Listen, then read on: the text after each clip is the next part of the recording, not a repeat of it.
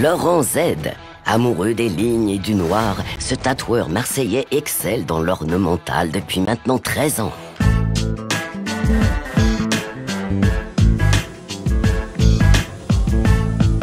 Ils ont fait appel à moi sur un casting et finalement ils ont retenu le Marseillais avec la grande gueule, je pense. C'est une très très belle expérience. J'ai ranquillé pour la deuxième saison. Comme je leur dis à chaque tournage, moi si on me dit de faire tattoo cover tous les jours, je le fais tous les jours. On n'a pas la même approche qu'on a en salon. On est plus utile. On fait quelque chose pour quelqu'un, on les aide.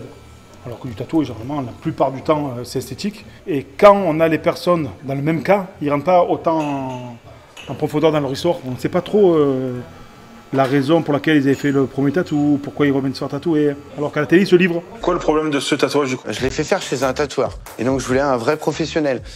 Le tatouage a été fait.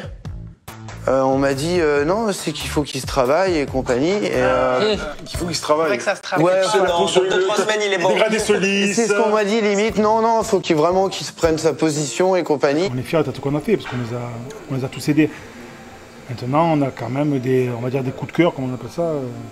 J'ai eu sur la première émission trois coups de cœur, mais deux gros, hein, avec Lou et Romain, les deux, un paraplégique et une petite jeune de Montpellier qui a très mal vécu son adolescence.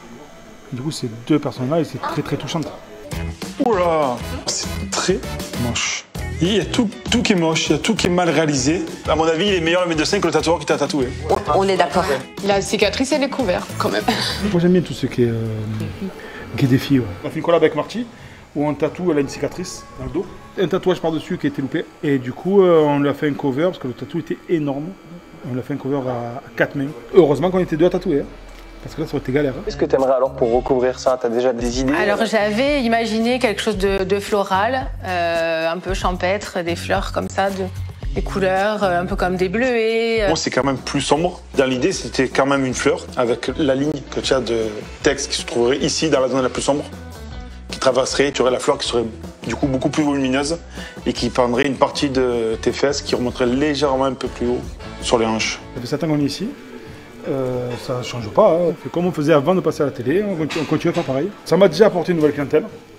Par contre, là où je suis content, c'est que c'est pas forcément non plus des covers. C'est des gens qui m'ont juste vu à la télévision, qui ont vu ce que je faisais, qui ont vu du coup mes réseaux sociaux, qui ont vu ce que je tatouais en réalité.